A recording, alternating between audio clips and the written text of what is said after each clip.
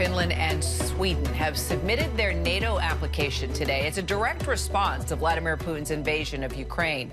Turkey's president has expressed reservations about expanding the alliance, but if his objections are overcome, well, the two applicants could soon become members. NATO Secretary General says he welcomes the request by Finland and Sweden to join NATO and called this a good day at a critical moment for our security.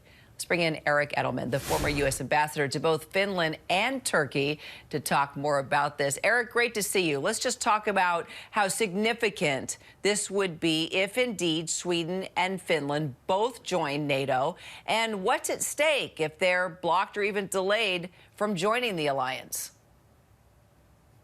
Well, first, Finland and Sweden bring important geostrategic advantages to NATO.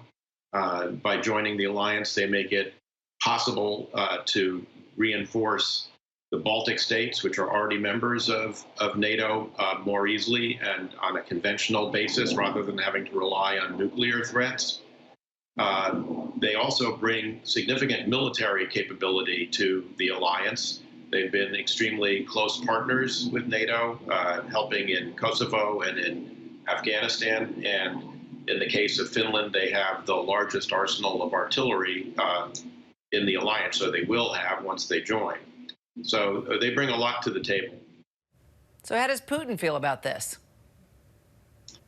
Well, Putin, said before that there would be consequences if Finland and Sweden joined NATO, but there's really very little he can do to stop it.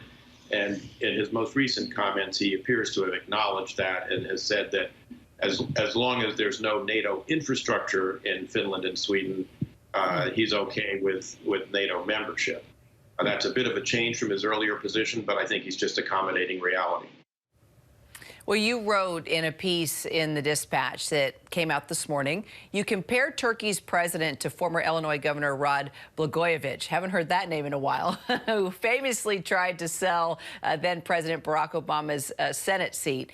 You say that he sees the Finnish and Swedish application for membership as an opportunity to accomplish multiple objectives, burnishing his domestic position by highlighting the important international role that he plays and gaining leverage with both the West and his difficult and complicated Russian neighbor.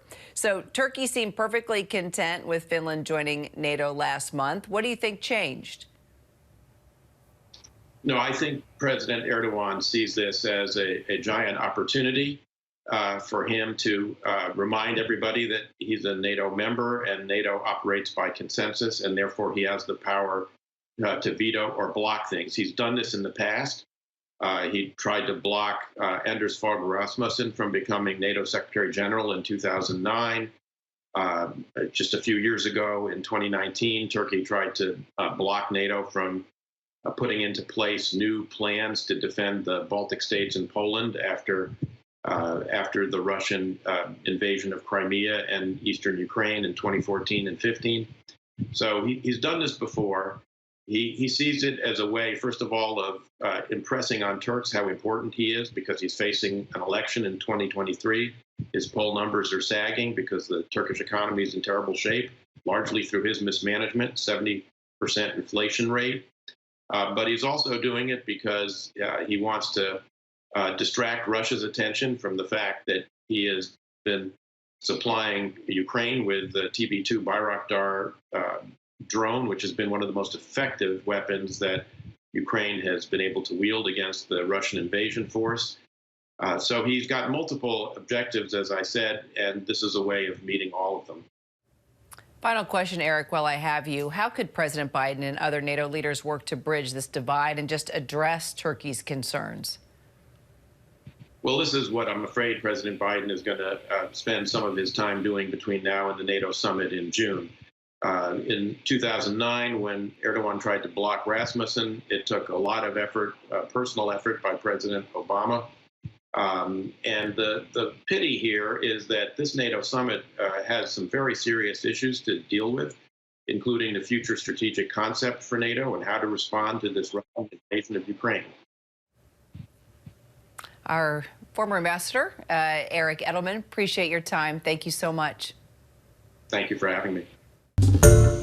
Hi, everyone. George Stephanopoulos here. Thanks for checking out the ABC News YouTube channel. If you'd like to get more videos, show highlights, and watch live event coverage, click on the right over here to subscribe to our channel. And don't forget to download the ABC News app for breaking news alerts. Thanks for watching.